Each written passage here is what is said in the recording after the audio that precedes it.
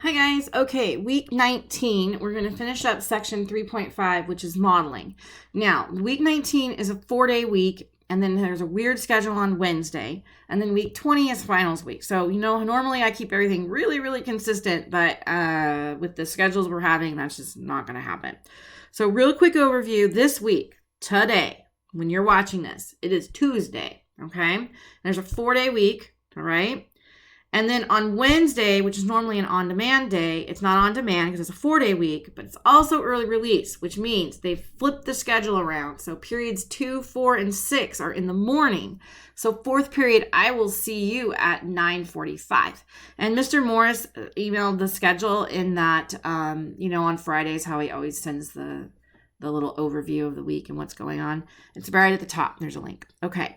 So because Wednesday's so crazy, I just decided we would push the quiz to Thursday. That way it's still your normal times, 12:30 for fourth period, 1:30 for fifth period. Okay.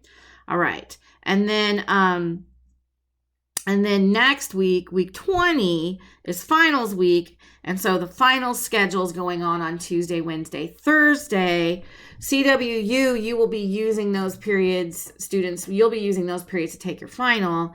And the rest of you have a semester review that's due on Thursday at 3:30. So that is our final exam activity. And we'll still have live sessions during our finals time, except for my CWU students. You're obviously taking your final in the other situation that we've already talked about. And then you will also have an assignment on Friday that's due on Friday. Okay. So it's not going to be our normal routine, but just keep eye on Google Classroom. The due dates will all be there, and I'll be reminding you every single day in live session. So now let's talk about the modeling examples. So we're working through that worksheet with the modeling examples. So this week's work, Tuesday, Wednesday, is just finishing up what we started last week. And this is what's going to be on your quiz on Thursday. So we're going to do this problem here.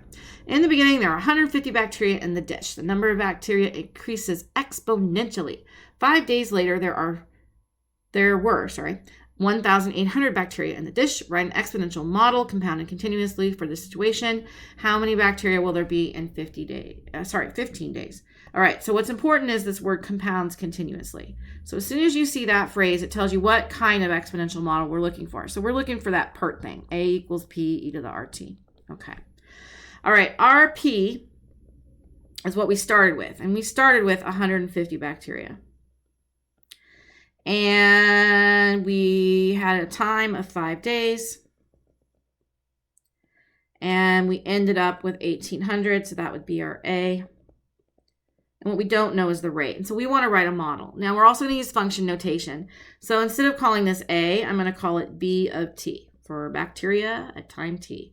So our model, we're going to use this though to figure out that model. So we have 1,800 bacteria. We started off with 150 bacteria. It took me 5 days and I don't know my rate. So we need to solve this. So we're going to solve, and we're going to take log or natural log of both sides. Remember, we're going to stick to the ones that are on a scientific calculator so that you're not reliant on the graphing calculators. So log base 10 or natural log. Now in this case, because I'm dealing with E as my base, I'm going to go for natural log. But before I do that, I need to get rid of that coefficient. So I'm going to divide both sides by 150. And when I do that, I get 12, I think, but I'll double check. Yes, I do. 12 equals E to the 5R. So now I need to pull that down. So I'm going to pull that exponent down by taking the natural log of both sides. So I have natural log of 12 equals 5R, and the whole thing is, that's the entire thing is being multiplied by natural log E. Now the beauty of natural log E is it's 1. So then in order to solve for R, all I have to do is divide by 5.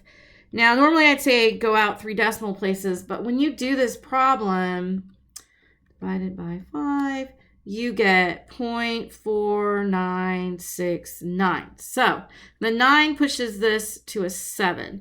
So 0.497. That's going to be our rate. So now we can write that model. So my model, B of T,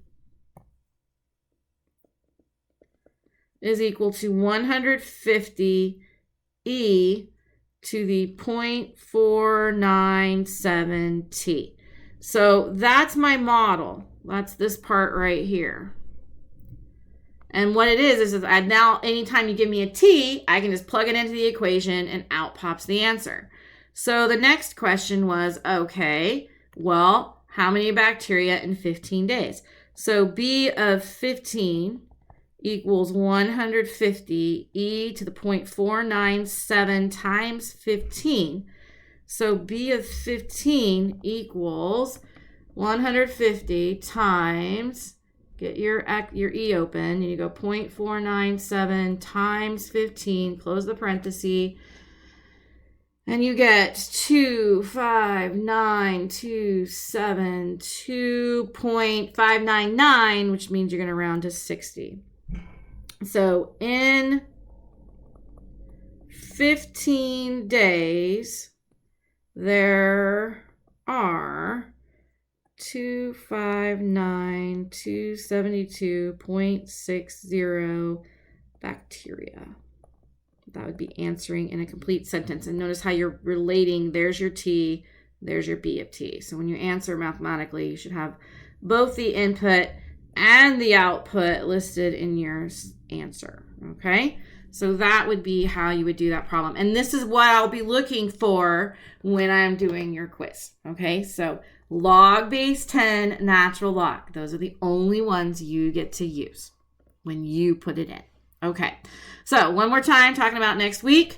Thursday this week, I'm going to go ahead and push out week 20, which is finals week, because that semester review is going to be on Thursday at 3:30, because that's when finals are over.